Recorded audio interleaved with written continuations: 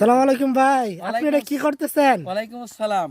আসলে কি করতেছি সেটা আমাদের সব কিছুর কিন্তু বিকল্প জানতে হবে এবং বিকল্প পথে হাঁটতে হবে, বিকল্প নিয়ে শেখার, বিকল্প নিয়ে বাঁচার অভ্যাস করতে হবে। এক সময় যখন পোশাক পরিচ্ছদ ছিল না, তখন কিন্তু আমাদের সেই গাছের ছাল টাল ব্যবহার করে মানুষরা যুগ যুগ ধরে বেঁচেছিল। কিন্তু আমরা তো ওই যুগ চাই না। কিন্তু তারপরেও দেখুন, এই যে প্রচণ্ড তাপ পড়ছে, দেখছেন আমাদের সে বাংলাদেশে এখন প্রায় 32-33 তাপমাত্রা, যেটা আমাদের জন্য অসহনীয়। তো আমি দর্শকদের উদ্দেশ্যে অপরূপ বাংলা ইউটিউব চ্যানেলের প্রোপাইটার হিসাবে আমি আপনাদেরকে জাস্ট বলতে চাই পরামর্শ যে আসুন আমরা বেশি করে গাছ লাগাই। কি গাছ?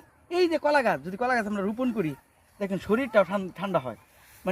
তাপমাত্রা থেকে বাঁচার যে একটা উপায়, সঠিক উপায়, স্বল্প এটা সেটা আমি যে গাছের একটা পাতা করছি, এটা অনেকটা আরামদায়ক পোশাক।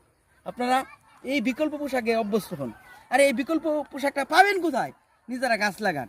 আমি তো মাঝে মাঝেই বলি, আপনারা যে যে পাশে থাকেন না কেন, দু হাত মাটিতে লাগান।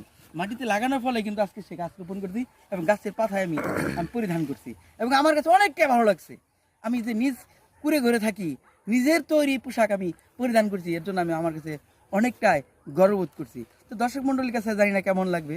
দর্শক মণ্ডলীর কাছে আমার মেসেজ একটাই, আমরা আমাদের দু হাতকে মাটিতে কাজে লাগাই এবং গাছ রোপণ করি, গাছের পরিচর্যা করি। গাছ হবে আমাদের সহায়ক, গাছ হবে আমাদের বন্ধু, গাছ হবে আমাদের সাথী।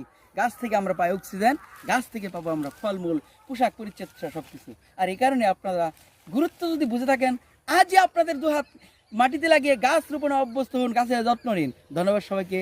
ভালো থাকুন, সুস্থ থাকুন এই প্রত্যাশায়। আসসালামু আলাইকুম ওয়া রাহমাতুল্লাহ।